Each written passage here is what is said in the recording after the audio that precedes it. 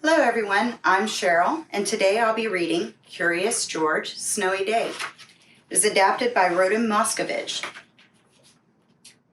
George woke up to a wonderful surprise. It had snowed all night. George was curious about all the clean white snow. Maybe he could build something out of it. "You go outside, George," said the man with the yellow hat.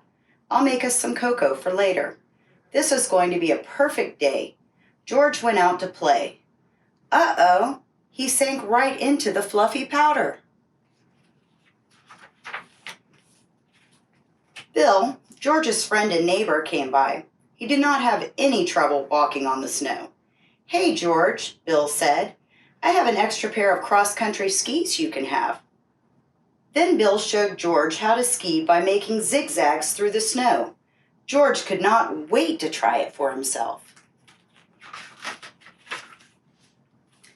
With skis, George could not stay on top of the snow, and he followed Bill uphill. Suddenly they heard a noise. Oink, oink, oink, oink. Bill said, "I'm going to find out what that is. You wait here." George waited on top of the hill in the cold. His house looked so small and warm. George wanted to get home for his cocoa. Was Bill coming back? "Hey, George," Bill shouted from the bottom of the hill. "I couldn't find whatever made that sound, but I have to head home now. Keep the skis and have fun." So George did, for a while. When George was tired, he skied down the hill toward home until he hit a rock. His skis flew off and George tumbled the rest of the way down. George picked himself up at the bottom of the hill. What would he do now? He spotted two children pulling a sled. They were walking on the snow, but they did not have skis. How did they do it? It had been those wide, flat shoes they wore. "Vinny, I think he likes our snowshoes," the girl said. George nodded. "Vicky and I live on the other side of the hill," said Vinny. "If you come home with us, we'll lend you our snowshoes so you can get home too. Climb aboard the sled." It was fun to sail down another hill, but now George was even farther from his house.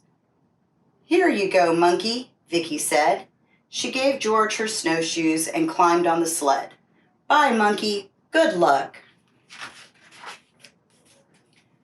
George began his long journey home. He was cold and tired, and climbing up the hill was hard work.